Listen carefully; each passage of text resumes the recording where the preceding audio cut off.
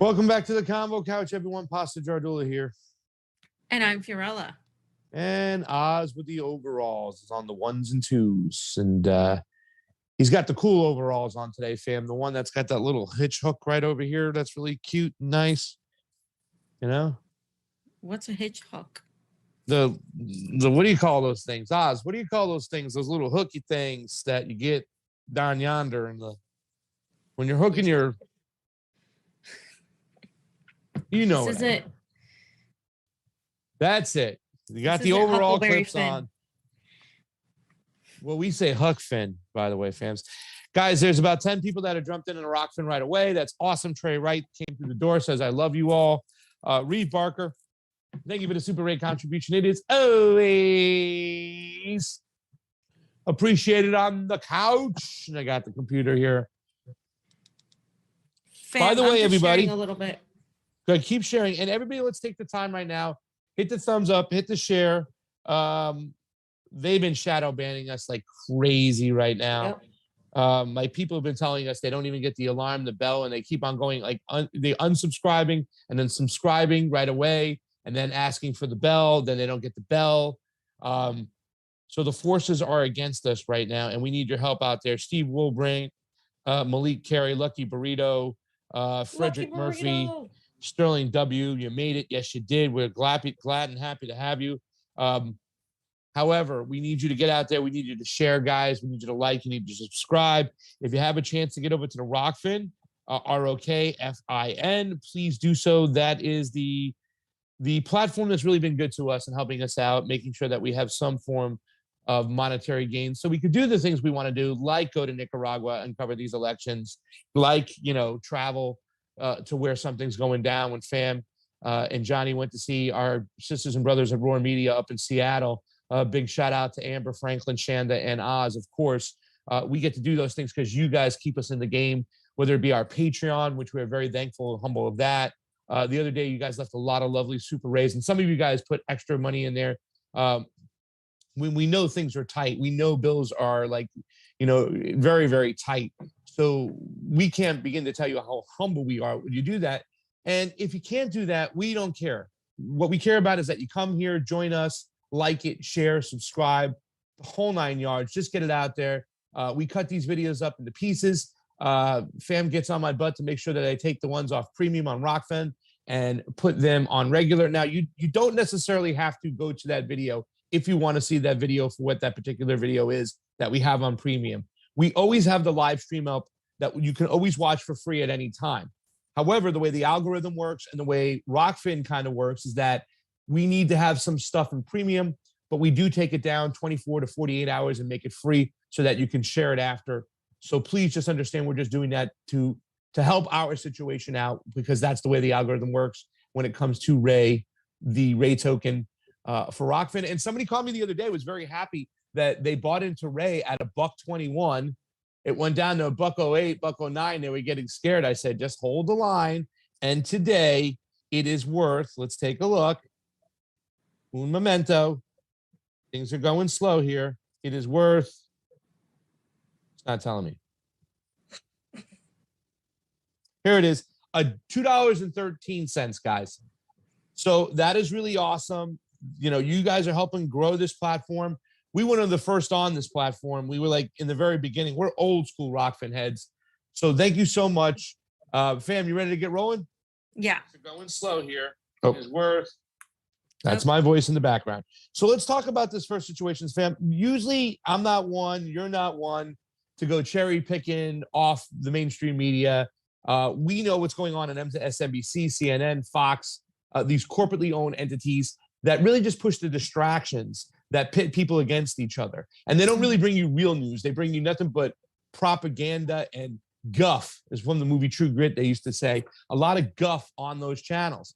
But, you know, I saw a situation, I saw a particular story unfold that Fox hasn't let go, where Merrick Garland tells the FBI to investigate parents who yell at school officials about critical race theory.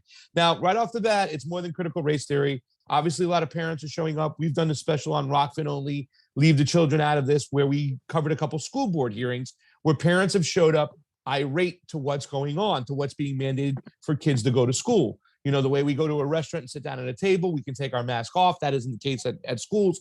So a lot of parents have been showing up. And what had happened was that the School Board Association wrote to the Biden administration 4 days before this memo came out. And we're going to go over this memo, but let's go over this article really quick. We're going to go back about a month. It's a little bit less than a month. It's about 3 weeks ago when this stuff started. Like I said, I was like, oh my God, they're fighting over critical race theory, because you know how I would feel about that. You probably know how Fam would feel about that. Or Fam, let me at least let you give your opinion about what you think critical race theory is and why it's implemented, or what it's all about. I think it's nothing more than a distraction personally, but please give your opinions on that yourself. Yeah, so critical race theory is a neoliberal attempt to focus, to make people feel like they're the government and teachers are really paying attention to racism and wealth inequality, and specifically racial inequality and wealth inequality based on racial inequality. But they really, all it is, it's like superficial, symbolic jargon that virtue signals. It's nothing substantiative. It should be what is historically taught should be the truth. Like, you should focus on, you know, on telling the truth, not from a non-Western perspective, from the perspective of people who lived through this. You know, the history we've been told that we've all studied as kids has been entirely just barraged with a bunch of like lies and a bunch of whitewashing. That is true. But what critical race theory does is politicize history in a way that is not conducive to an actual dialogue and understanding, and it manipulates it to make it political, to turn the left versus the right once again, to focus on symbolic gestures. So while we should be learning the actual history of the United States and everything that actually happened, what critical race theory does is make it so it only like the virtue signaling neoliberal aspect of it gets told, rather than the actual context of the economics of, let's say, what would be, you know, an abolition movement, what would be reparations. They completely leave out the economic part. And that's on purpose. Yeah. So they just use this to feed this culture war between the Republicans and the Democrats. And they're like, a lot of Republicans are like, oh, I don't want my kids learning about critical race theory. It's equivalent to Marxist revisionist theory and all this stuff. But really, what if it was really done the right way and was under a different name, because it would just be the history of America. So I think absolutely, you know, weaponized is the right word. Critical race theory tells you how to behave. Really, we shouldn't be teaching critical race theory. You know what I'm saying? We should be teaching, like Fam said, actual race history.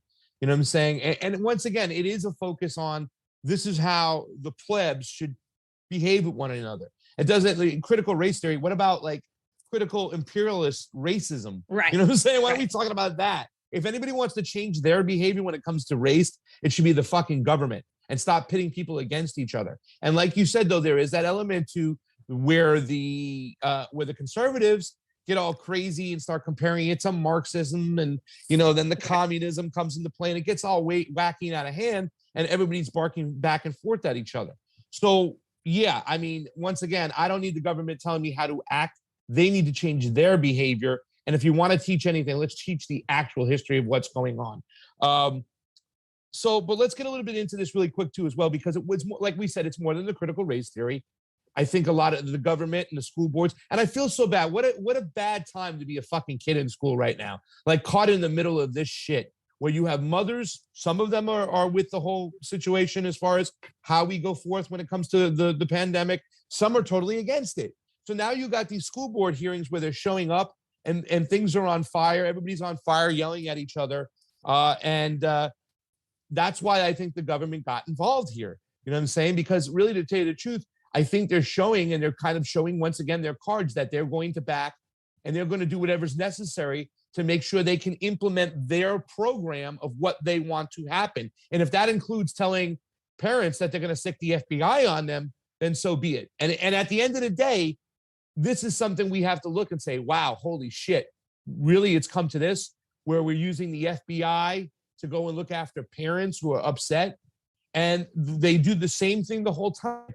Garland is like a mini Fauci, the way he knows how to lie. So let's take a look at this. Taking note of a supposed spike in harassment and intimidating behavior directed at the public school officials, General Merrick Garland has instructed the FBI to be on the lookout for angry parents demanding accountability at school board meetings. On Monday, Garland sent a memo to federal law enforcement agencies directing it to coordinate with the nation's 14,000 school districts. This action comes after the Biden administration received a plea from the National School Board Association to protect schools from the imminent threat of parents sending threatening letters and cyberbullying school officials. The association considers such activities to be akin to domestic terrorism. As these acts of malice, violence, and threats against public school officials have increased, the classification of these heinous actions could be equivalent to a form of domestic terrorism and hate crimes, wrote the NSBA.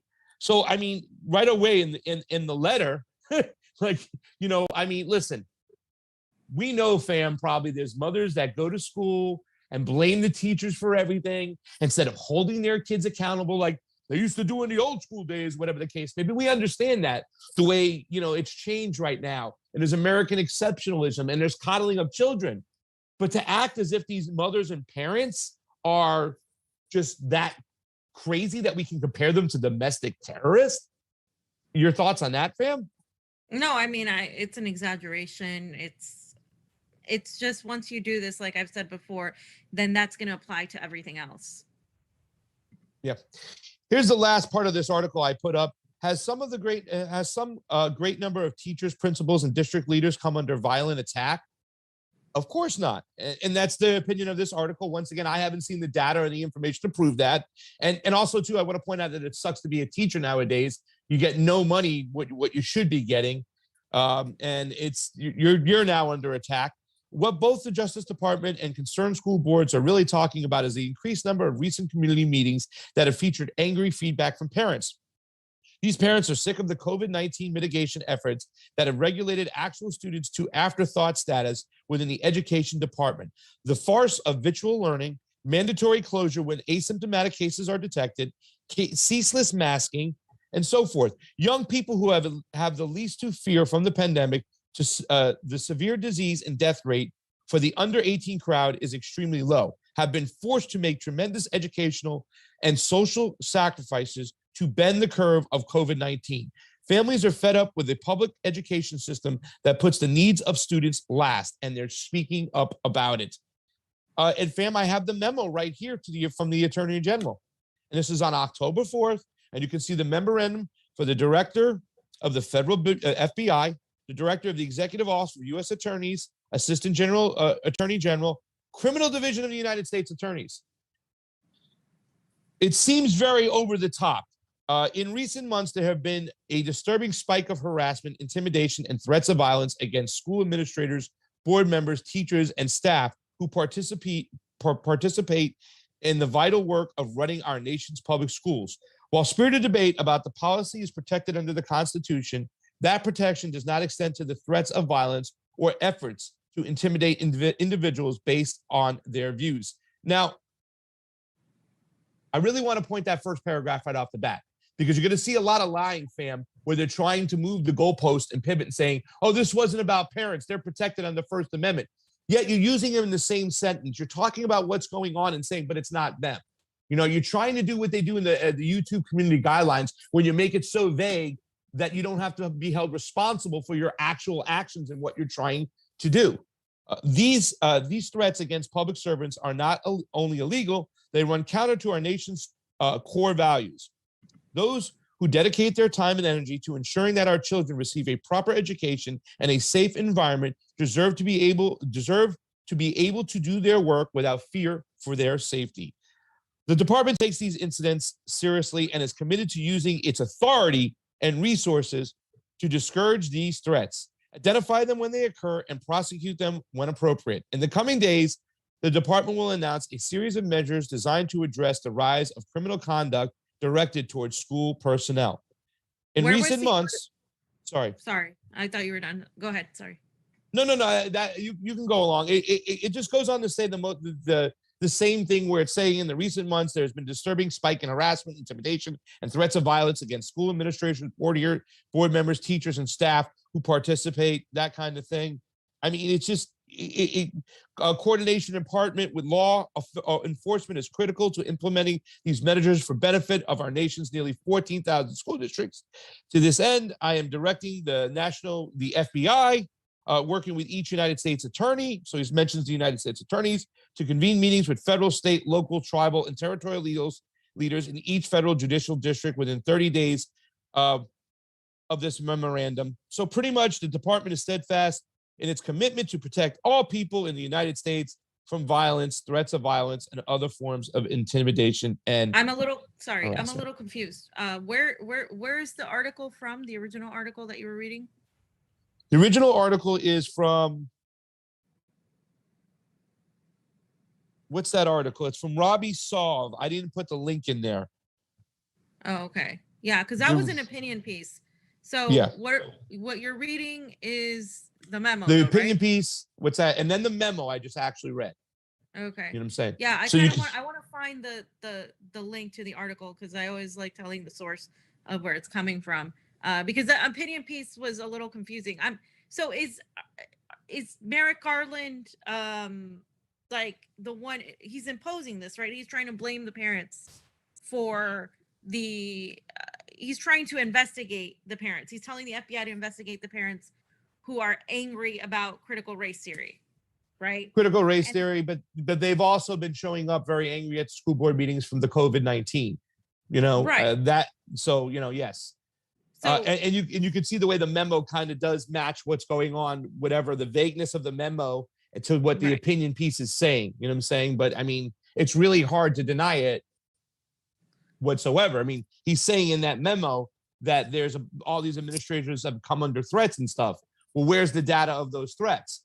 And that memo was written, about less than a week after the School Board Association was writing to the Biden administration about what they've been witnessing at these school board hearings. So the criticism is that he shouldn't be doing that. That's at all what I'm getting. He shouldn't be using the FBI to go after parents and to seek what's going on. And then it gets into play where some of the stuff, like in the memo, he addresses the state attorneys, right? One of the state attorneys in Montana wrote a specific list of things they can do to combat what's going on. And it would be using somewhat of the Patriot Act of sorts, I guess, if you're going to start like going after parents and looking at them and investigating and stuff, without a serious incident, you're just going to start butting into people's businesses. It's what the Patriot Act is not used for. You know what I'm saying? What it was intended not to be used for, but obviously, people like Snowden blew this shit up a long time ago. Like now you're going to use the FBI's and all their tools they have in their toolbox to go and investigate parents who show up at school board meetings. But that's the thing, is that Merrick Garland will then sidestep it and say, oh, this wasn't about the parents.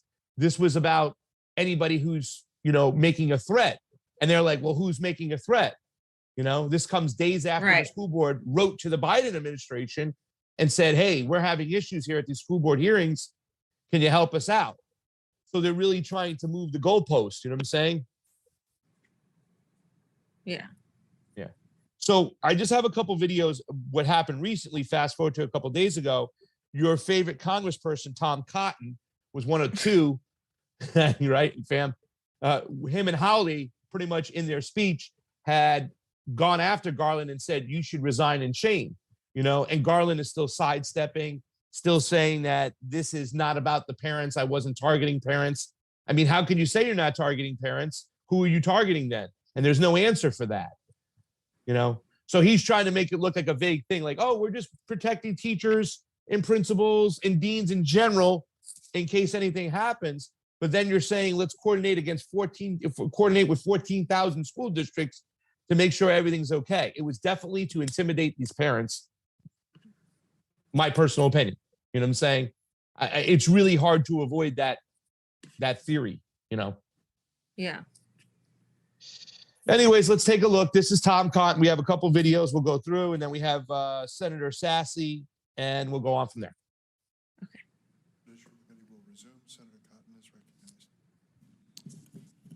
Judge Garland, on May 11th, Tony Fauci testified that his agency, quote, has not ever and does not now fund gain-of-function research in the Wuhan Institute of Virology. Last week, his agency admitted that they had, in fact, funded gain of research in the Wuhan Institute of Virology. Are you investigating Tony Fauci for lying to Congress?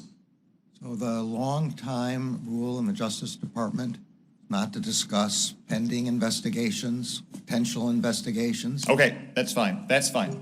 Do you believe Tony Fauci was truthful when he said his agency had never funded gain-of-function research? This is outside of my scope of... Okay.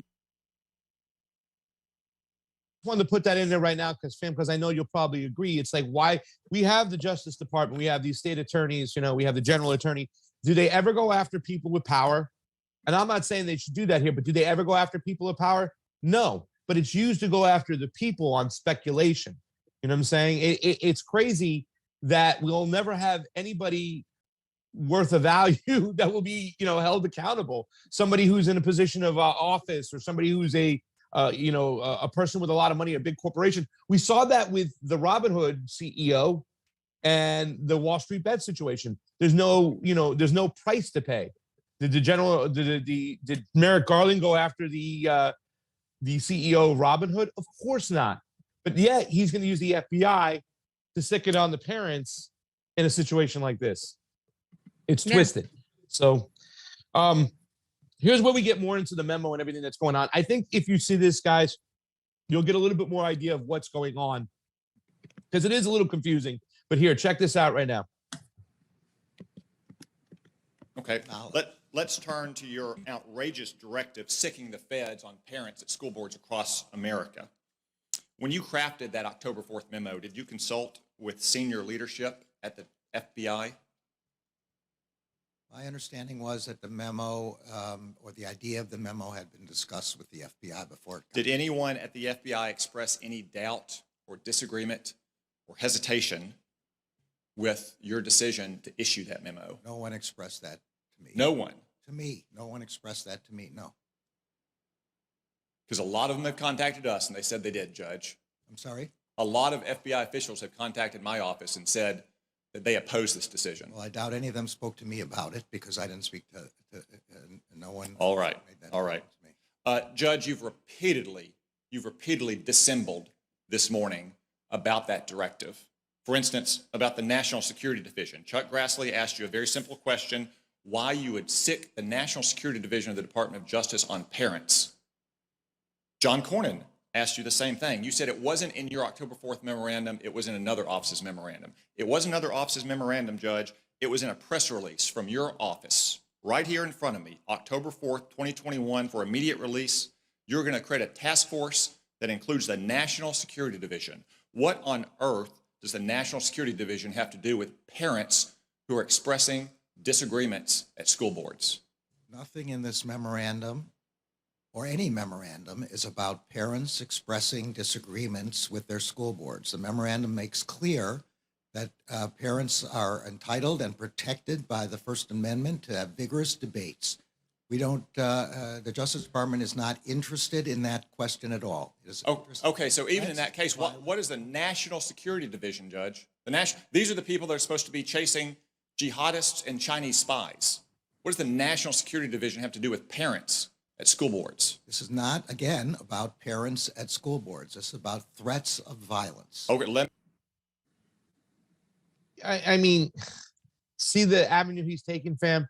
He's trying to say that the memo had nothing to do with with parents showing up at school board hearing meetings. That school board wrote to the Biden administration about their issues with these school board meetings when it came to COVID, when it came to critical race theory, whatever the case may be. I think they're using a small sample of the critical race theory, which wasn't the biggest issue. The biggest issue was COVID restrictions. But they're trying to say critical race theory because they understand that this is the mainstream media that it's red meat for the left. Like, oh, these people are being racist and they don't want critical race theory to be taught in our schools. They're just being the typical right-wing conservative Fox-watching racist. And that's that. And the second part of this whole situation is that Garland is still trying to sidestep and saying it's not about parents. Who is it about then? Who is it about? He's just making it general. This is about threats of violence, whatnot. You just told the FBI and the National Crime Division, and once again, I know Tom Cotton's going to get Tom Cotton. They should be chasing Chinese spies and jihadists. Of course, he's going to get his way and plug his stupid ideological bullshit. But yet he is right in the sense that this particular division and the FBI shouldn't be used to go after parents or be involved with anything when it comes to schooling in that way, unless it's something serious where you have a lot of data, you have like information that there's going to be mass shootings or whatever, and you would then pinpoint and target a specific area. This was used to intimidate parents showing up at these school board meetings because it goes against the narrative. Am I here? Yeah. It goes against the narrative of what they are trying to push, man. Yeah. I mean, I just feel like they're also doing that though. Like they're also like, waving their hand like, oh my God, this is terrible. Simultaneously, they do the same thing when it comes to things they don't like. All right. Like when it comes to things that, they'll send the FBI on people for protesting for Black Lives Matter. So they do this. This happens because both sides play this game of I'm gonna claim that this is an obtrusion of power based on my belief, but Tom Cotton will literally turn around and do the same thing when it comes to things he doesn't agree with. Yeah, absolutely. So it's just kind of like, for me, you know what? I kind of feel like this is why we didn't cover it, because this is just dumb to me. Critical race theory is such a dumb debate. Like I haven't even wanted to talk about it because people just don't even understand what it is. And then they get into arguments because it's different things to different people, depending on the side they're on. And it's annoying. And I just wanted to tell the audience that piece that you read in the beginning is from reason.com. It's a more right shifted website. It's an opinion piece. So I wanted to state that because the opinion piece was very much like swayed one way. So I want to let the audience know that if you read it, that's their opinion. But I feel like it is an overstepping of Garland. I just think this whole situation is just very like stupid. And I feel like they're both playing like ball, against COVID, against the mandates, painting these people as these opposed to the mandates, as all of them being also opposed to critical race theory, because that's what they can get the left to be angry about. And at the end of the day, it just doesn't do, it's just dumb, and it doesn't really do anything for anybody. It's dumb when they start playing team sports about the whole situation, but the importance of it is, and once again, moving into the area of now children and parenting of children, that is a little creepy. And it is also the continuation of the Justice Department being politicized, no matter who is in there. And it was politicized when Trump was in office. It was politicized when Obama was in office. You know what I'm saying? And when you're getting to this point now in the overstepping of the boundaries, when even though it is playing team sports, but you're using shit like the powers of the Patriot Act to allow the FBI to start looking at our citizens on a high intense level, that is very concerning. You know what I'm saying? I was going to let the story slide. I didn't think much about it. But then as we got more into it, I was like, okay, I think we might have to cover what's going on in the mainstream at least. So if we see anybody on Halloween that watches the mainstream, you could talk about it now as well. Let's play this last clip from Cotton. Then we got two more other small clips, and then we'll get out of here with this story. Let me turn to that, because you've said that phrase repeatedly throughout the morning. Threats, or Violence and threats of violence. Violence and threats of violence. Yeah. We've heard it a dozen times this morning. As Senator Lee pointed out, the very first line in your October 4th memorandum refers to harassment and intimidation. Why do you continue to dissemble in front of this committee that you are only talking about violence and threats of violence when your memo says harassment and intimidation? Senator, I said in my testimony that it involved other kinds of criminal conduct, and I explained to Senator Lee that the statutory definitions of those terms and the constitutional definitions of those terms involve threats of violence. Okay, let's look at one of those statutes you cited. Yeah. Section 223. Yeah. That statute covers the use of not just telephones, but telecommunications devices to annoy someone.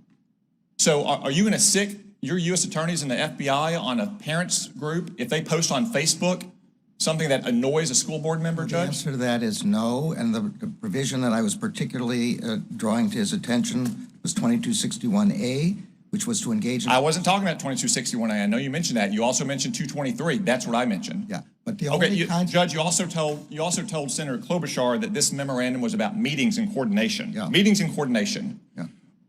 Well, I have in my hand right here that I'll submit to the record a letter from one of your U.S. attorneys to all of the county attorneys, to the attorney general, to all sheriffs, to the school board association of his state, in which he talks about federal investigation and prosecution.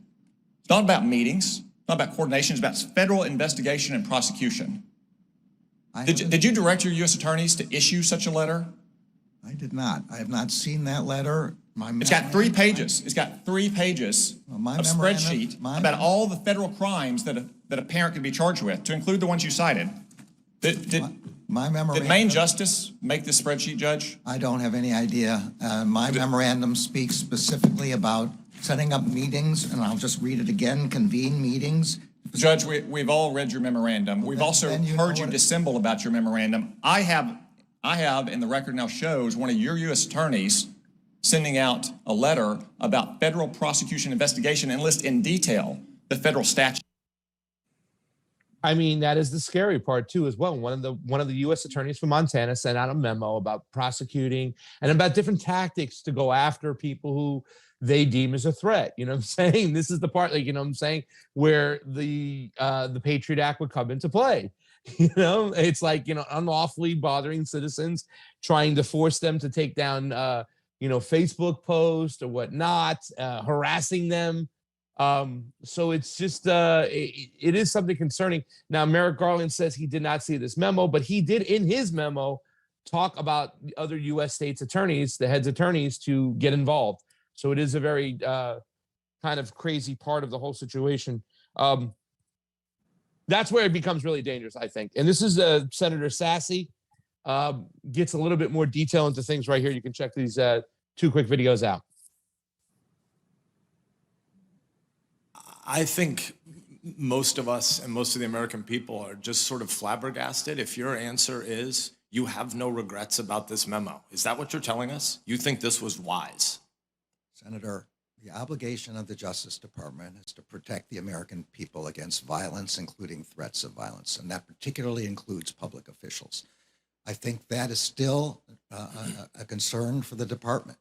This memo doesn't do anything more than ask our law enforcement to consult with state and local law enforcement to determine whether they need assistance in this regard and whether there are any federal jurisdictional issues involved. General, recognizes the right. You and I both know that it is political hackery that brought that topic to your desk, not reality. I am strongly against all violence against everyone in public life and all threats of violence. You've not at any point here given us any data that show why this would in any way be a federal priority at this time.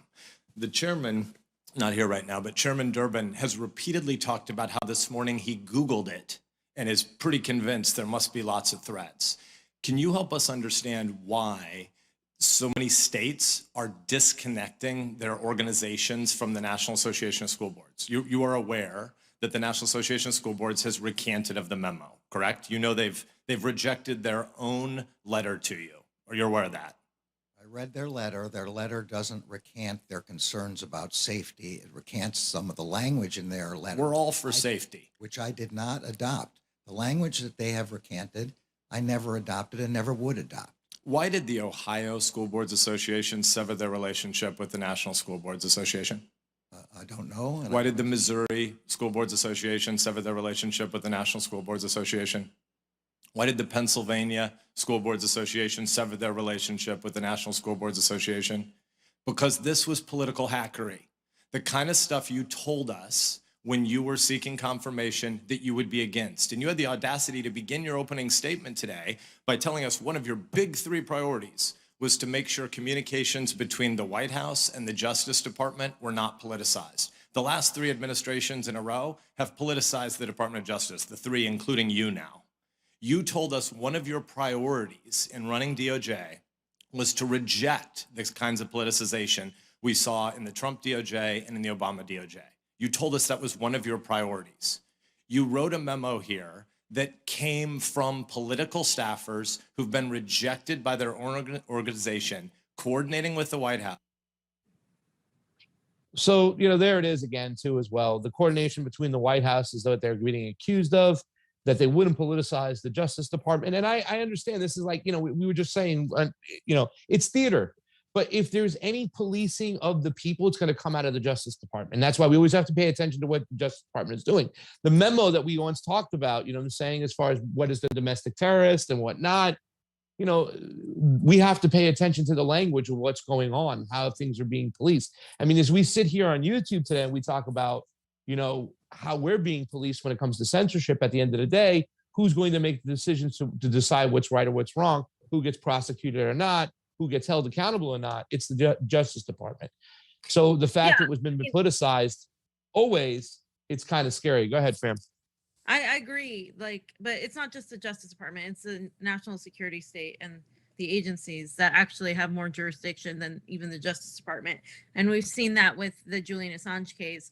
The Patriot Act is there, and then they're trying to rehash the Patriot Act like 3.0 based on January 6th and, labeling everybody as a domestic violent extremist, which it's going to be, this is the result of that. Now they have more leeway in doing that. But my point is, yes, it's terrible, but the reason these people are choosing to go after Merrick Garland is because of the critical race theory thing.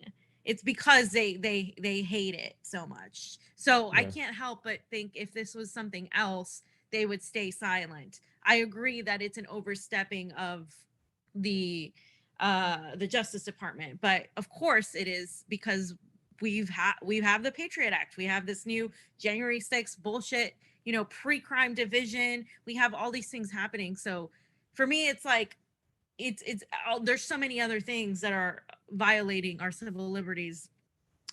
Well, this is huge too. This is huge though for civil liberties. I mean, you could stick the FBI on parents now. I mean, that is a complete FBI on any of us, like any of us now. Like it's but they're choosing to do so in this case right here. They're actually going after now, and they have, but they're actually directing the FBI. To communicate with 14,000 school districts. That's really, I haven't seen anything like this where they've infringed on parents at schools ever. When it comes to something like this is right. pretty deep. I'm saying this is a result of what's been implemented for years. Yeah. Let's just play Tulsi's last clip real quick, because I mean, all Sasse does is, once again, and this is Merrick Garland will deny that he didn't see the Montana memo, but we've had enough of that. Let's just listen to Tulsi's really last quick clip, because she kind of cites the Merrick Garland Justice Department, and then we'll get out of this section. The increasingly authoritarian Biden-Garland administration is doubling down on its crusade against our constitutionally protected rights, our freedom of speech, freedom of assembly, freedom of the press, by continuing their vindictive retaliatory crusade against Julian Assange. Now, if they succeed in this, this will be yet another nail in the coffin of democracy here in our country and around the world. She's been referring it to as the Biden-Garland administration, Right. after Garland's decisions that they infringe on civil liberties. And I like the fact that she did kind of stick up for Julian and what's going on over there too as well. Yeah, I mean, it's really sad that literally nobody else, save I think maybe Massey Yeah. has Yeah. said something about Julian. She's not even in Congress. I mean, Misty said it the other day. She said, I don't like Tulsi, but thank you, Tulsi, for saying something, because I think nobody else has said anything. And I will give Tulsi credit where it's due, where the fact that she is mentioning Julian Assange when nobody else is. I mean, that's such a low bar just even mentioning him, but like nobody else is. And we're going to have Juan Passarelli, who is still in London, talk about the end of the case on Monday. And we're going to talk about, what the ways that the Justice Department is really saying, oh, we're not going to put Julian into solitary confinement. We're not going to have the SAMs on him or send him to the ADX, which is the maximum security prison. But that's not the case, because as I said before, the Justice Department has only so much say. Behind them is the CIA and the national security state, and they are the ones that are going to find a way to dismiss these so-called, like these grants that they have made to the to Julian Assange by saying, oh, we're not going to do that. And so again, like it's the diminishing of the Patriot Act, or the diminishing of our civil liberties via the Patriot Act, and the stomping of our civil liberties all over the place. It's not just censorship, obviously big tech, this tech, panopticon that is taking over our country. It's also the fact that now anybody could be labeled as a domestic violent extremist on the ground, and they cripple you that way. They cripple people like Magnus, who is led an anti-war rally that so many leftists failed to attend because they didn't like him. But in multiple states, I mean, this guy organized, of course, with a multitude of other people. Now, they cripple him by making him a target by the FBI, by making anybody that's an anarchist or a communist or a leftist or an anti-establishment, even if they fall on the right, a target. And that is a result. Everything that's happening now is a result of the legislation that's been implemented for decades, and now it's coming to a front. So we're going to be seeing more and more of this, and more of our civil liberties diminished, which is sad and dangerous. Yeah, it's getting really bad. Amber King from Roar Media left a super rate contribution. Thank you so much, Aaron. She says, Amber, she says, Garland's son-in-law and daughter are directly profiting from attacking parents at school board meetings. Parents are pissed, and they need cancel culture to remain viable in the transhumanist future. I can only wish that they had good intentions. XO, which means heart, kiss, hug, little kiss, hug, mom. Exactly, Amber. You're absolutely right. It's sad what's happening. It's scary. I can't tell you how scary it is. It's fucked up. It's fucked. Yeah. I mean, we see the theater, we see the tennis game and stuff like that, but using the sick in the FBI now on fucking parents, even if they're stupid parents or dumb parents. And once again, I strongly don't believe, from looking through a lot of these freaking school board hearings, it's not so much about critical race theory. Yeah, of course we're gonna have these parents that are pissed off about that, whatnot, right. But it's mostly about the other thing, and we know that. And they're trying to send a sign like, we don't give a shit. Shut your mouths. Who are you to complain? Yeah, no, you're right. It's always going to be more about the mandate situation. Critical race theory is just the red meat that exactly gets a lot of people riled up. 100% agree with that. So those are the super race, by the way. Not yet. Oh, those were the super rays. Okay, Those were the super rays. 4:10. So should be here in a minute. Let me just say hi then to some people who are over on YouTube's, because sometimes we forget about our YouTube fams. Rando Badando, thank you so much. He's hanging on out. Sterling W, Jilly Love, Steve Cutler Live, We love these people. Heidi Benner, Arturo Mansour Hol, Robert Hutchings, O Boogie Lou, Keel Jones. Look at these names. Love Tagore, Rocket Fuel, and it's spelled PHEWL, fam. So it's like rocket fuel, rocket fuel, rocket fuel. Remember the water boy? I think I saw that like a really long time ago, fam. I'm like, you shouldn't talk to me about. Bow your head in shame. Blue beans and Keem James, what's up, brother? Love you, James. Love you with all my heart. Oh, Boogie Lou, Sterling W. You know who we got to get back on the show too, fam? We got to get Whitney Webb back on the show. I was supposed to do a show with Burmis, supposed to go on his show and talk about elections, and he was supposed to come on this show and talk about Epstein. We haven't got to it yet, so. Shout out to Franco, who did a really great interview with Max yesterday. There were so many great interviews. There was Kim Iversen with Niko, Franco with Max, Slow News Day with Unapologetic. Those are the ones that I was off the top of my head that I saw. And they were all on the MCSC. And I was like, and they were all at around the same time. So check those interviews out. Franco Dick has Medhurst. the ability to ask a question to somebody in a way that is just so polite but so vicious at the same time. I was like, holy shit, this guy. Like, yeah, it was really awesome. Just a really great interview talking about the connections of that we've been talking about it here. Whitney Webb has talked about it. Jason Burmis has talked about it. Steve Glory. Dick Dore. Medhurst. Dick Medhurst was on Katie Halper. Oh, nice of Katie Halper to actually bring on some quality guests for once. Oh, No, shit. Did I say that out fam. loud? Oh, man. Oh, snap. Snap. Nah. Damn. Somebody that might challenge. I don't know. I don't even know if that's. She hasn't brought up anybody that would challenge her perspective on COVID or on the Great Reset, but Whatever. just saying. Yeah. Listen. Just saying. Yeah, please. Stick. Hey, You know what? I don't. You know me. I don't hold back. I know, neither but do I, and I agree. You know what I'm Iverson saying? had a really great interview as well with Niko. Who did? Kim. Yeah, I want to. Iversen. Did they talk about Yang?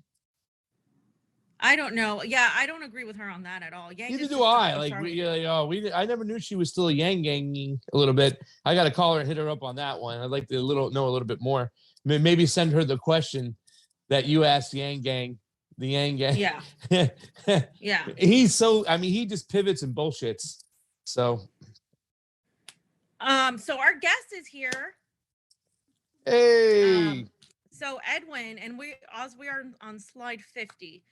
Edwin is here, and I wanted him to come on real quick. Him and Sharif were talking to me about this protest at Nancy Pelosi's house, and we love direct action here at the Convo Couch. So we wanted to bring him on to discuss the protest, the Medicare for All March, where that's going, if there's any more strikes. Edwin De Jesus, thank you for being on here. Thank you so much for having me. It's a pleasure to be here.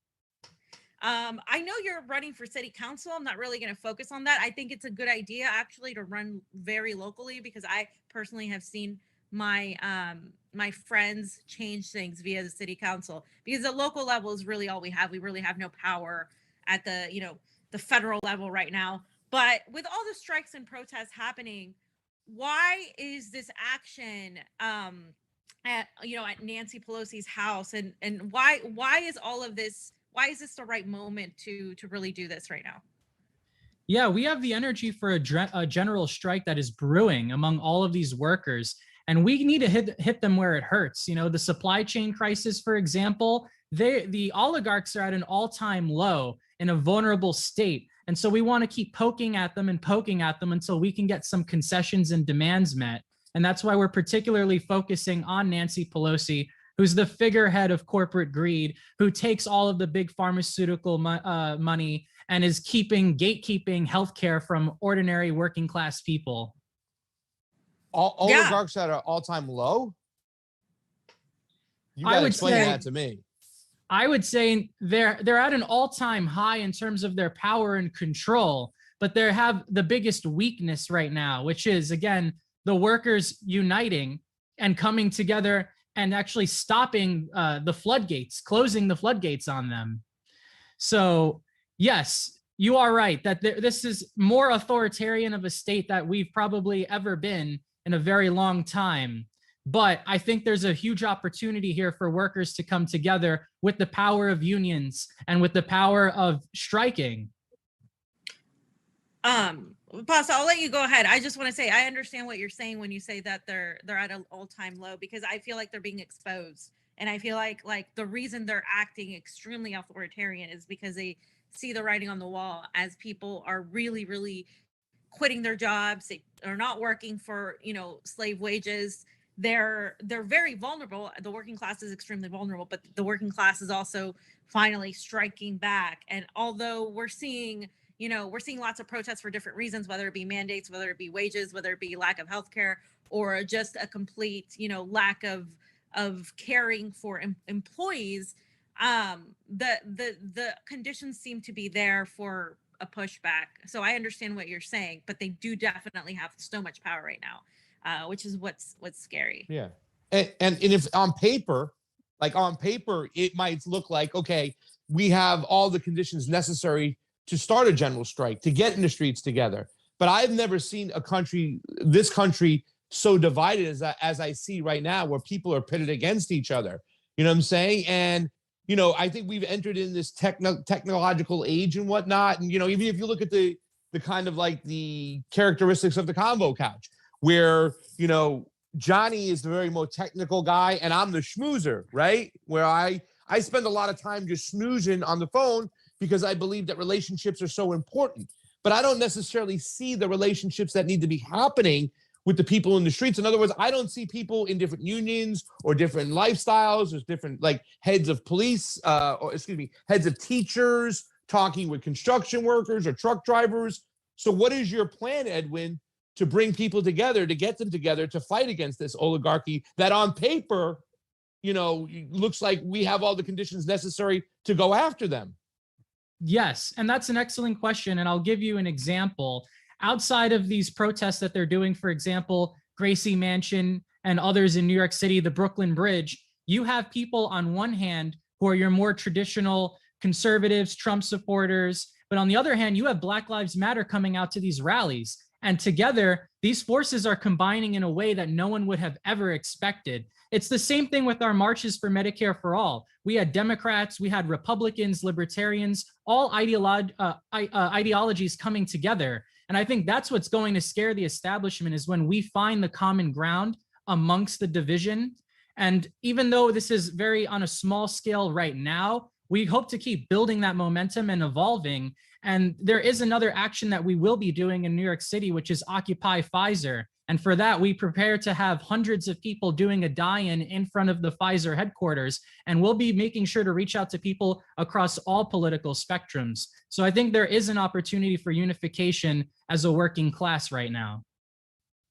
What is, you can tell us what the Pelosi action will look like, but I'm very interested, and I'm sure Pasa is too, to hear about what Occupy Pfizer is going after.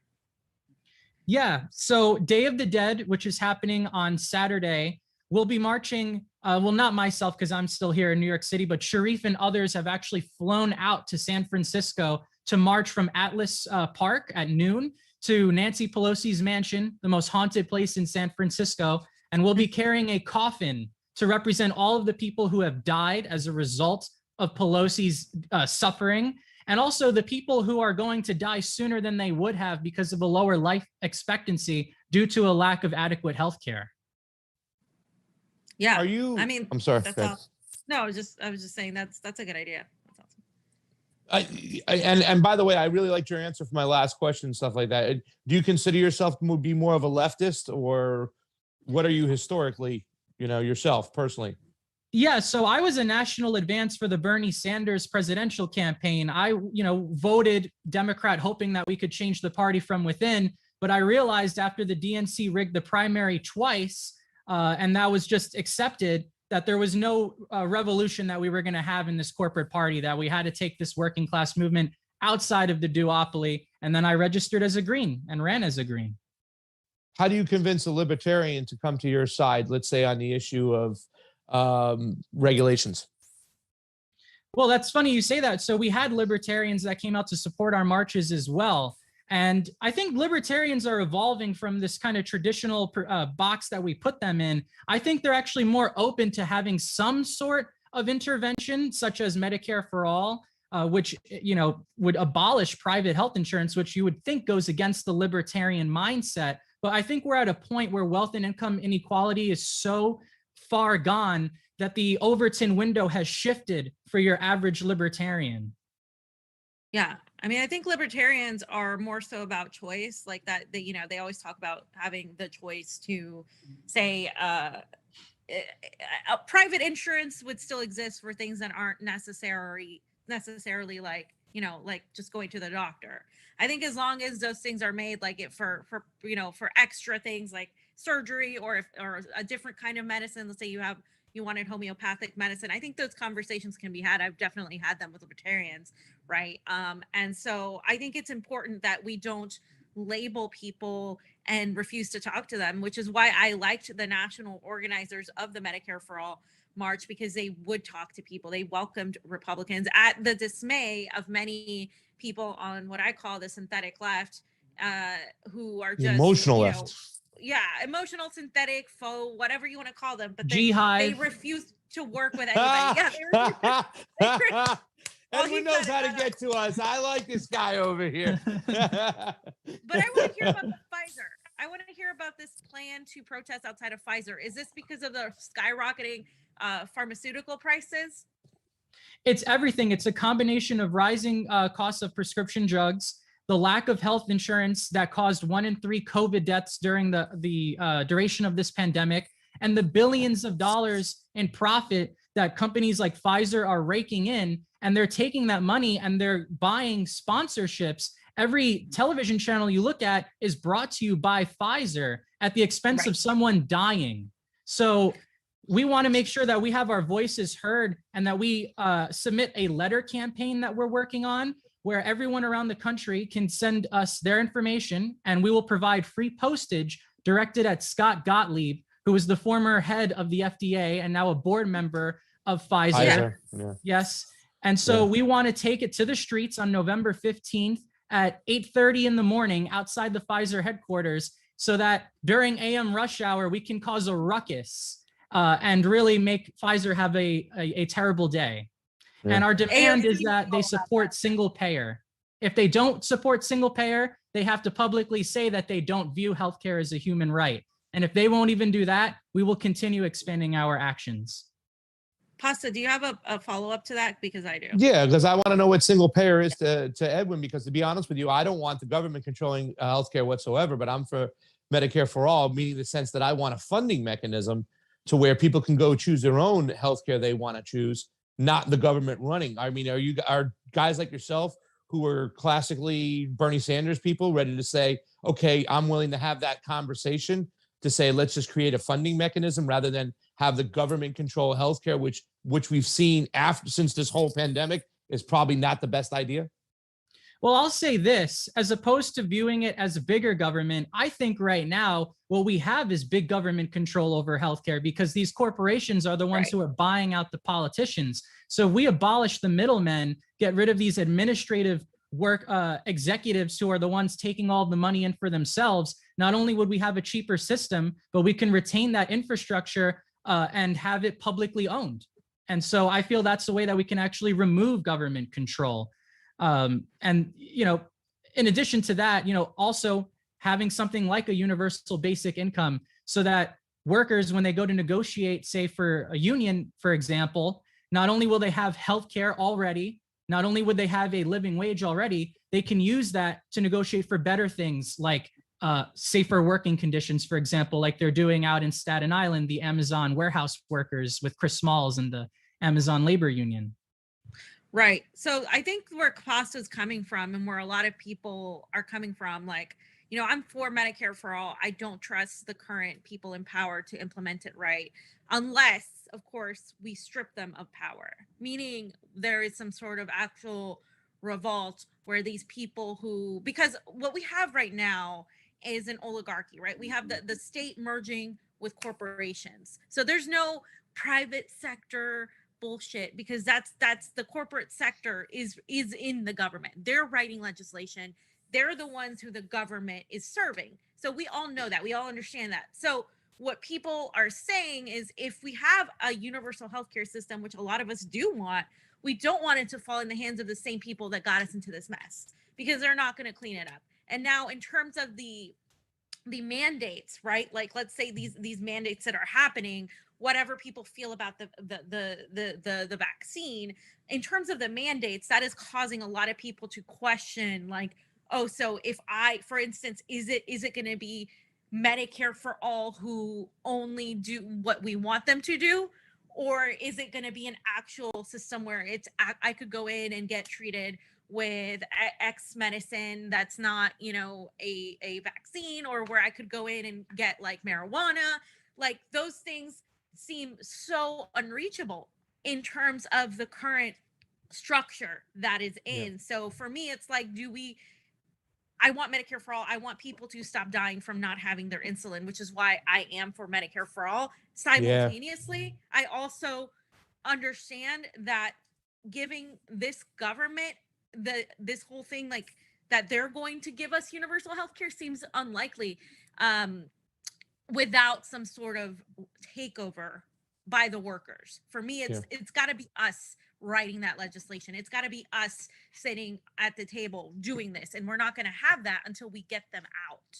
Yeah. And just really quick too, Edwin, to tie that to what Fam just said, the UBI is a slippery slope too as well. It's not that I don't want people to have the necessary funds to get food on the table or pay the rent or keep the electricity on, but what's happening in Canada is that everything is tied to the conditions that they do what the government says. You won't get your unemployment unless you get vaccinated. You can't get your UBI unless you do such and such. And that's where there's a lot of concerns from people, especially from that libertarian-minded people, who are saying that we have to have less handouts from the government that will allow them to control what you can do and find a way that's a happy medium. You know what I'm saying?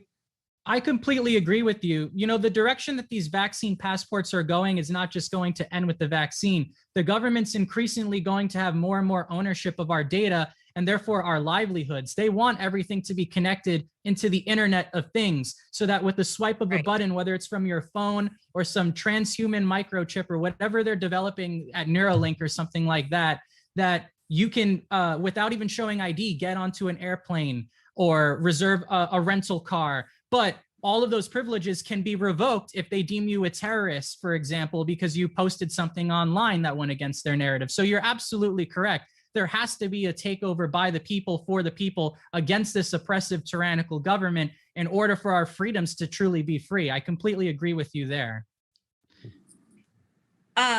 So Pelosi's been disappointing with the recent actions, right? And just to wrap up, I just want to say, we're going to talk in a minute about the Build Back Better agenda. How do you guys plan on tying the failure of that, which is pretty much entirely scrapped of anything good, and it's pumped up with everything that's terrible? How do you guys plan on using that as well? Because so many people, including seniors, are extremely upset with the Democratic Party right now.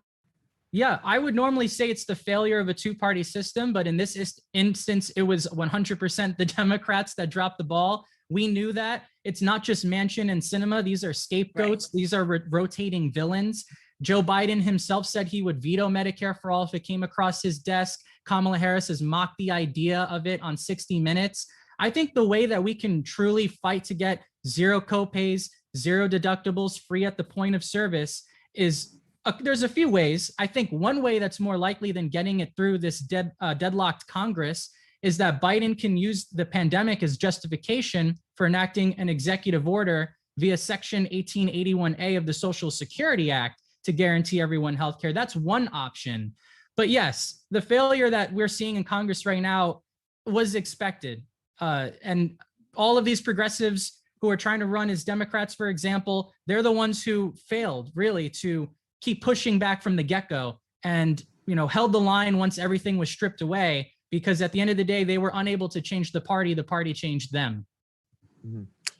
Exactly. Your thoughts So, on, sorry. go ahead. I just want to know your thoughts on municipal internet.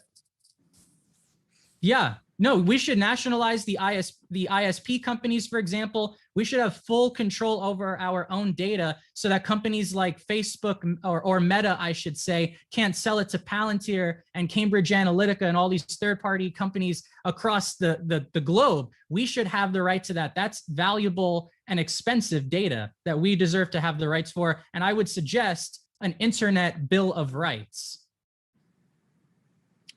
That's a wonderful idea, Edwin. Can you just reiterate the protests coming up for the audience so they know how to tune in and the cities that they're going on in? Yeah, so San Francisco, or if you're on the West Coast, we hope you can meet us in San Francisco on October 30th at noon, Day of the Dead. Nancy Pelosi will be the target. Obviously it's not just her, but she is the figurehead of the establishment, of the ruling class. We want to make sure that she knows that she's responsible, that she has blood on her hands for millions of Americans.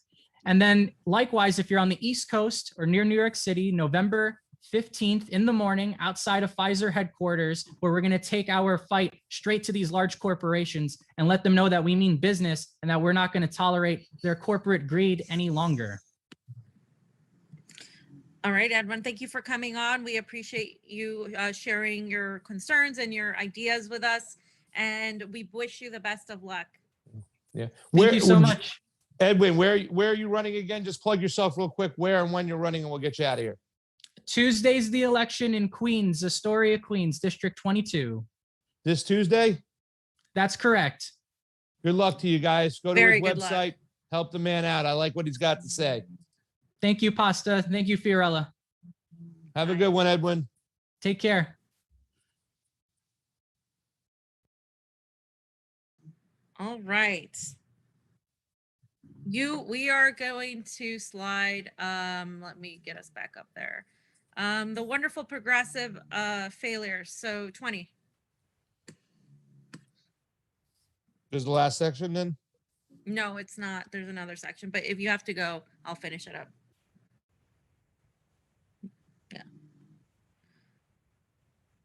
Yeah. Are we there? Okay, great. So the liberals are defying Pelosi, saying that they're going to block the infrastructure bill, the failed infrastructure bill, but simultaneously they're giving lip service. People like Pramila Jayapal, for instance, yesterday they vowed to block the popular infrastructure bill, is what they're saying, a central piece of Biden's Build Back Better agenda, hours after Biden urged their support and Speaker Nancy Pelosi announced plans to bring the bipartisan proposal to the House floor. Dozens of members of the CPC, the Congressional Progressive Caucus, were finally bothered to say anything. Pramila Jayapal is the chair and has said for months that they would oppose it, but they said that they would oppose it until they reached an agreement. And Pelosi talked them into a meeting and then left shortly after, walked out without talking to anybody. Jayapal emerged and tried to explain the group's position on the bill, and we're going to watch her video.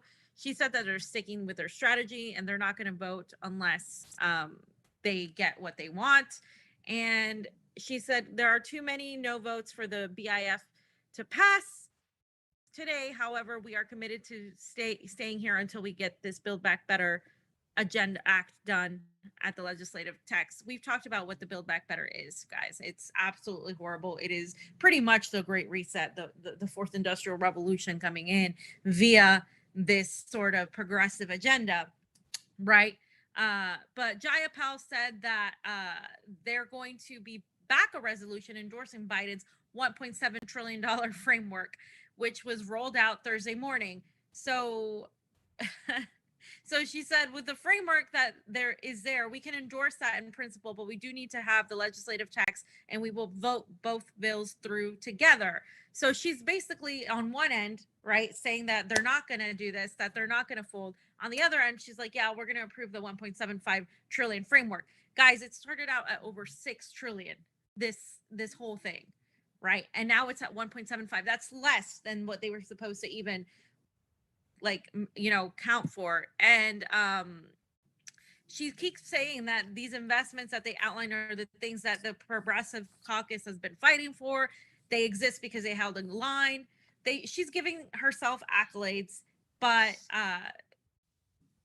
there should be no accolades given, because this is really what really is happening is a complete insult. They're shitting on the working class with what they're trying to pass here. So Manu Raju was reporting. He said Pelosi told members, don't embarrass the president by voting down the infrastructure bill as he flies overseas. She also said she would put the infrastructure bill on the floor vote. Pelosi said she wanted to get the bill through.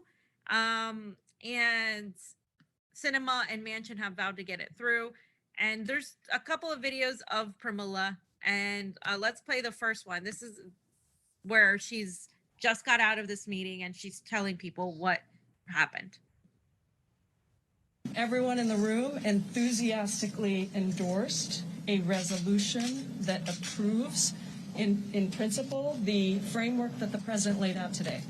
We are really proud of the president and of our Progressive Caucus and our progressive allies for getting so many of our big priorities into the framework that was laid out to us today. Everything, fam. It's just theater. Every single, everywhere. Yep. And I'm done covering this unless we're talking about really what's more of what's in that bill. I just wanted to do this last thing because I saw how people were like, doing their whole Jane Austen, like, oh, I can't believe this. And we're going to talk about those people. And Pramila is right here giving accolades, saying the things we wanted are in there. No, they're not. They've gutted vision, dental. They've gutted the paid leave pretty much to nothing.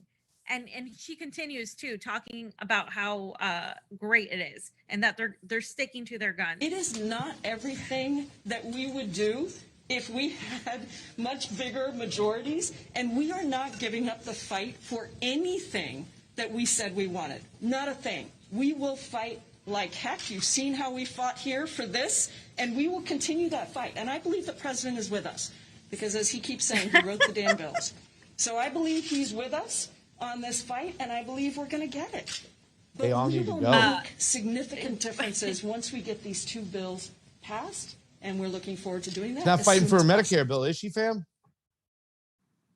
No. I mean, she's It's not fighting for the people anymore. There's just this bullshit theater. And I believe, fam, the president is with us, fam. Yeah, sure. He literally gutted the whole thing. They gutted and they blame Manchin, like Edwin said, right?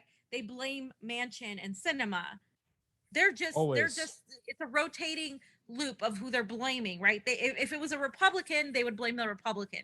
Now it's the moderate, the Sinema and Joe Manchin. Oh, the parliamentarian. They'll pull somebody out of their ass every time to blame, but they don't want to fucking do it. That's it. It's as simple. They don't want to do it. And the squad is PR management, in case you haven't noticed. She's out there saying, we're fighting for this, but at the end of the day, we're going to agree with Biden, and Biden's doing great. Like, you know what I mean? It's like, it's real. It's theater, as Pasta says. It's theater. And yeah, you know what? I don't even need to hear more from her. Let's watch the Pelosi video. Oz, as she walks away, like Pelosi's like the reincarnation of Marie Antoinette times like a million. Did you there for a vote this afternoon? What was your message to progressives in there? Give us some space, please.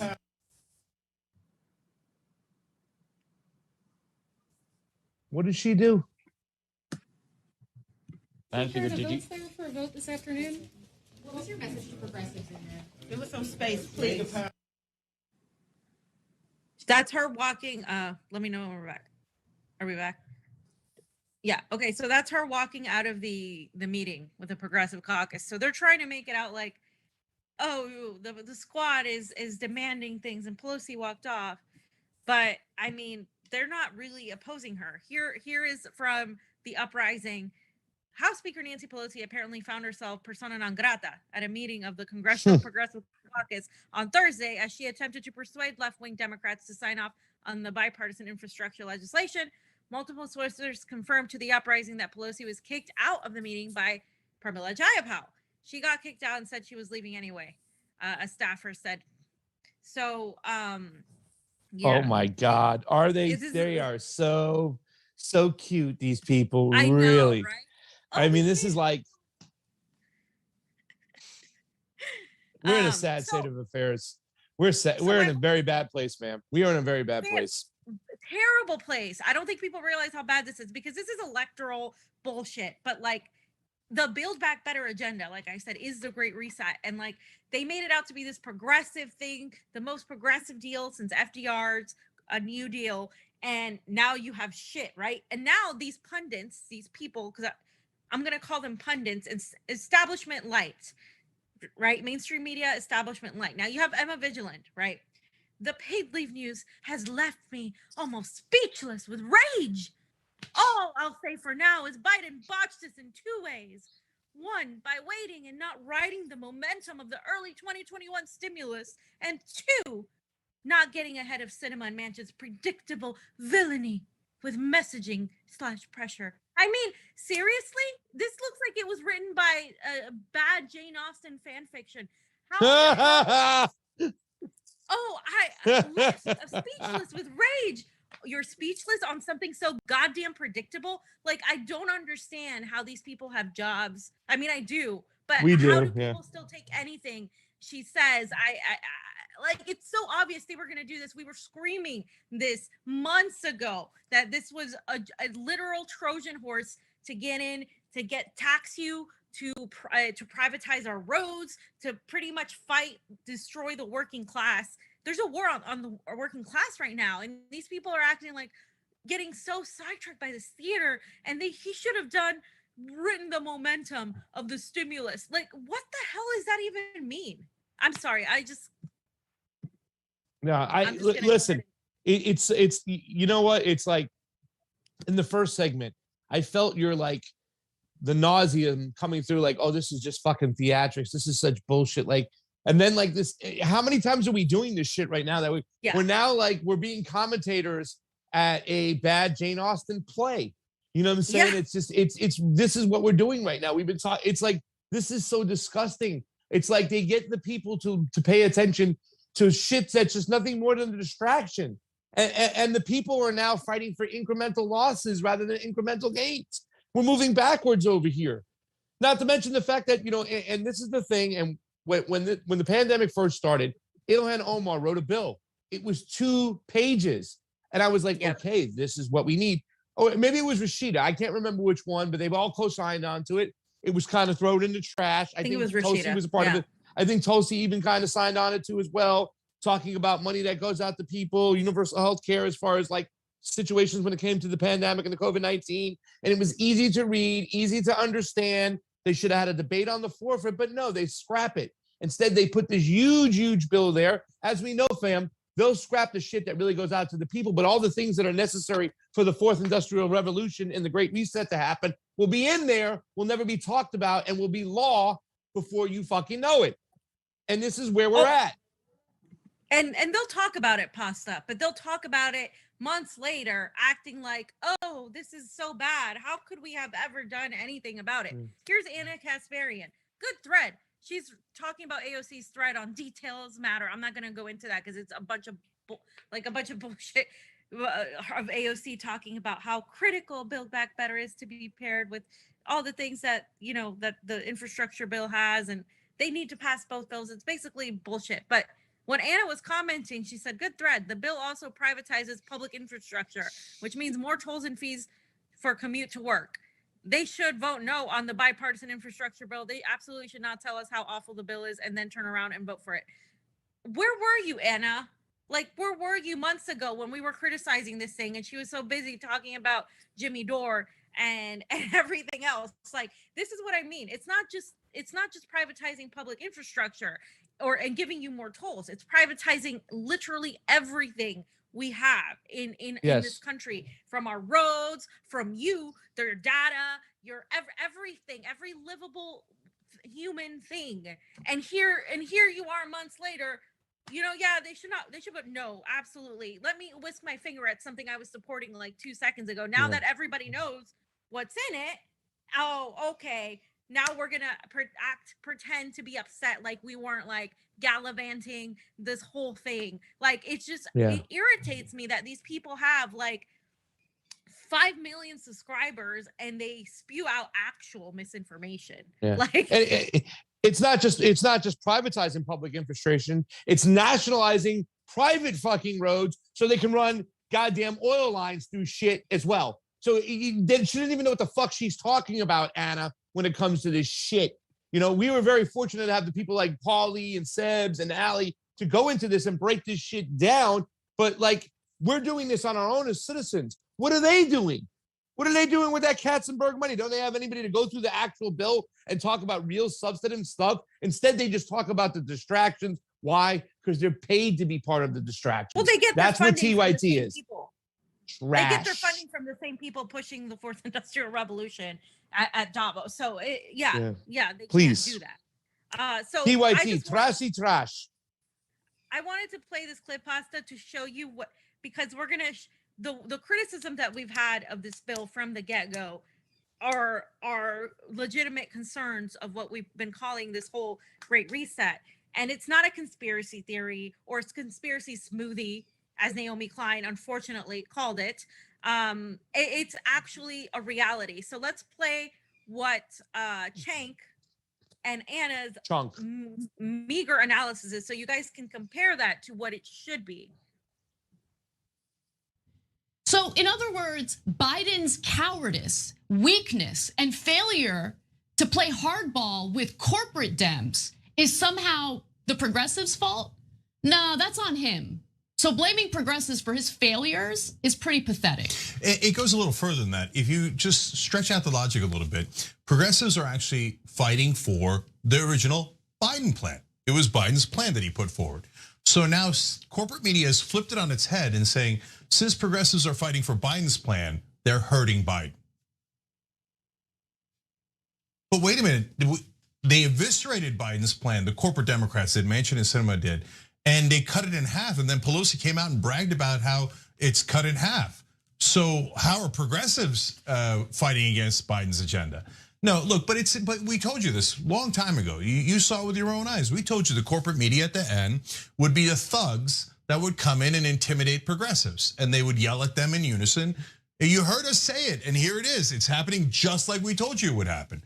And they're coming and go, oh, it's all the progressives' fault. Of course it's the progressives. Just take crumbs, as you always do, and learn to deal with it. No media figure apparently figured out. I mean, we're gonna get to this in a minute, but Don Lemon was talking to Jamal Bowman, and he's like confounded as to why there isn't a deal yet. It's corporate donors, knucklehead. It's corporate donors. And so, look, I'm done being frustrated with mainstream media. I don't think they're bright enough to even understand the one thing about politics, but the rest of us totally get it. It's obvious. So when you see Pelosi out there, it's hashtag marketing. Oh, it's all it is marketing. It's transformative. Why? Because I say it is. Now write it down. It's never about them conforming to what the corporate media and the corporate Democrats want.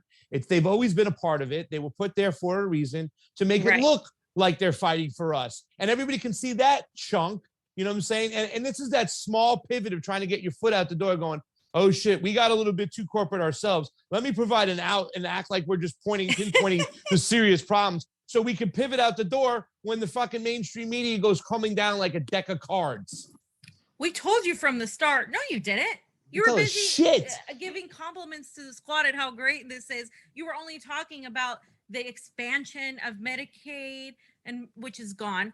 The expansion of Medicare, the expansion of child of the like the paid leave, the expansion of the child care tax.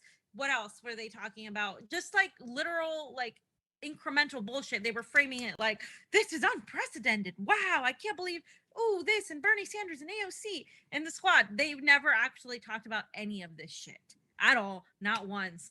And they frame themselves like they're not part of corporate media, like they're not taking money from the very people pushing this entire agenda. So this is how they, the hook, line, and swim. And basically, I just wanted to say that I really love how months after some of us were insulted, because we were, for telling you that Build Back Better is beyond dangerous and full of incremental crumbs, the still Bernie progressive contingent is crying about Biden's failure against the all-powerful Manchin and Sinema, because now suddenly Manchin and Sinema are the most powerful people on earth and nobody could defeat them. And if this is where you're at, Emma, I'm gonna need you to speed it up. The fact that you're speechless on something so goddamn predictable is a detriment to your viewers, and it is a detriment to her viewers. Her viewers should demand better from Emma. And all I'm going to say is that the progressive media is going to spend a whole week on this, like acting like they're so surprised and concerned. They're progressive establishment media, right? And they can't believe how Biden failed and how the squad let them down and all of this stuff. But like everything is crumbling before us, guys. Everything. And these people are acting like this electoral theater is the biggest concern. Like and just to finish up this section, fam, look at how it went from AP News, right? Dems eye a $6 trillion plan on infrastructure, Medicare, immigration. Insider, Joe Manchin calls for enough to $4 trillion in infrastructure spending as Democrats are poised to control Congress. Then we go to CBS News. Biden sets a 1.9 to 2.2 trillion price range for social safety net bill. It's a social safety net. Where's the social safety net? And then now Biden at the Capitol to pitch $1.75 trillion agenda, unite Democrats. That's where we went, right? I mean, and you know, Vanessa Beeley to end the section here. The best, Joe Biden, Kamala Harris. Yeah, so far, the sinking ship. Fam, it's ridiculous. You know, the other day, Tucker Carlson did a report about now that the Biden administration is offering reparations to any of the parents who were separated from their kids in cages during the Trump administration. He was offering them a lot of money. Now, that upset me for one reason, because I still believe that we should be honoring reparations. The first people who deserve reparations are American descendants of slaves, the people who built this fucking country. We never talk about that. That's so you know that the Democrats who say they're for people of color and the working class are nothing but a bunch of fucking blowhards anyways, because they're never going to talk about anything serious. But this whole situation with the Biden administration talking about this, they're still not talking about the mechanism and why people are forced to come here. They're not talking about imperialism. They never talk about the substance of anything, just like they're doing here in this freaking bill. They're not talking about anything that's really in it. And that's why they make these bills 2,700 pages, 1,800 pages. So it's too damn tiring and hard and ridiculous to go through it. It's just a smoke screen. We are in a bad place, ladies and gentlemen, a very bad place.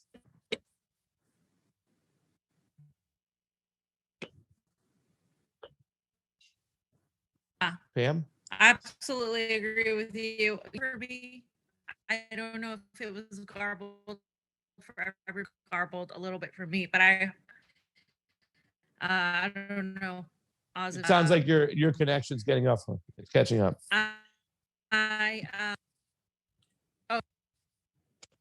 There are super rays. Really quick. Aram says, thank you so much for the super ray contribution. It is always appreciated on the couch. And then it's from Mad Wolf. Let me bring this here because he says, Pasta, are you okay? Of course I'm okay. You look like you've been awake for 2 weeks straight and ready to blow up again. I'm so sorry to hear about your friend. My deepest sympathies. Keep your chin up, bro. Mad Wolf, I am good. I am awesome. Despite losing my friend, which was really sucked. It was a surprise. And that really kicking me in the you-know-what. I am very blessed and honored to be working with some amazing people. I got to do a show with Shanda last night. I got to do a show with Fam today. We got Oz there. We got Johnny. We got all these people we're associated with. The MCSC network is growing. Our influence is expanding. We're getting great guests. So at the end of the day, I am in a happy, blessed place. And I am excited to go to Nicaragua, Mad Wolf. But thank you for your concerns. Thank you for your love. And the best thing we can do is get this information out, especially when we talk about things like the boop boop on Rokfin. Those are super rays. Quick, we're going to finish up the show. A couple things about Biden. Not halt the termination of employee. This is slide 52. despite there's an actual win for the mandate folks who are trying to, but the Biden administration, of course, Fox News reported to have said the Biden administration presented cavalier attitude towards a Washington D.C. minute order Thursday to agree that both civilian and active not be terminated while they await the ruling. A ruling after they sued the administration with COVID-19 vaccines. Employee plaintiffs will be subject to her request for religious exception. This is the order from the district obtained, and until noon today to respond, they would not agree to halt the discipline in the process of seeking a religious exemption vaccine pending the court ruling. And the plaintiff's burden to demonstrate impending offer nothing beyond speculation. Exception requests will be denied at all, much less on the first theoretically possible. This is what the judge on Thursday also added that, quote, active duty military plantation requests have been denied, separated during the pendency. Oh, they wait. Here, Fam, you're breaking up pretty badly. You're the fam, you got to stop. Official Fam, stop. Yeah, you're breaking up too badly. breaking up. You're breaking up, yeah, badly. Like people say, you sound like Megatron. Okay, give me 1 second. All right. All right. Yeah, well, I don't know where she was at because I lost connection and I got out and I'm like on 5% battery left to myself. But yeah, I mean, if she gets back on in, we can finish it on up. I mean, I don't know where she was on this, but pretty much they said that the judge denied them the right to fire people despite the mandates. I think what's his name? Ben Swan reported on this not too long ago. And Biden administration says it will not halt firing employees seeking vax exemptions before DC court ruling. So despite the ruling, riding with Biden, some of you all said that, the people who said it was mitigating damage is going along with this. He's going through it. He's going to continue the firing, despite what the judge said. Remember Oz, when people were saying that Trump was a king, he was a theocrat, he thought he was the emperor. Well, here's a court going, hey man, you can't do this. We're going to have to halt until we sort this out. And Biden saying, you know what? I'm above the law. I'll do what I want and I will fire who I want when I want. And it's going to bring along some cases. So I hope he does do some firing and I hope we see some lawsuits. So, you know, it's out there. That's what's happening. And we'll see what's what from here. Sounds good. Are you all done, brother? Yeah, I just want to remind everybody, thank you so much for tuning on in. Sorry about the issues at the very end. We want to thank all our Patreons who get out there and help us out and support us that way. All the people who joined the stream today to show some love.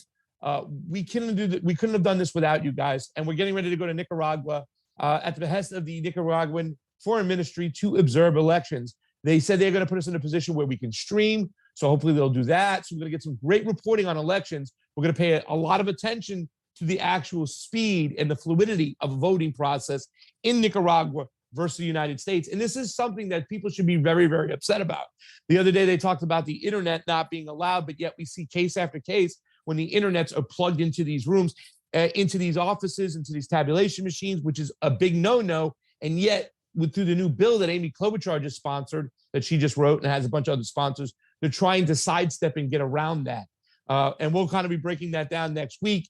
Hopefully me and Tim Canova, maybe Betty Smith will join us and we'll break down that bill. But we want to thank everybody who joined in today. We want to thank all our Patreons, everybody who shared, everybody who left Super Rays, all the followers. Make sure you get out there, like, share, subscribe, share the videos. For Oz, Pasta, Fiorella, Jonny Sue, and the rest of the Roar Media family, MCSCNet family, at the Convo Couch.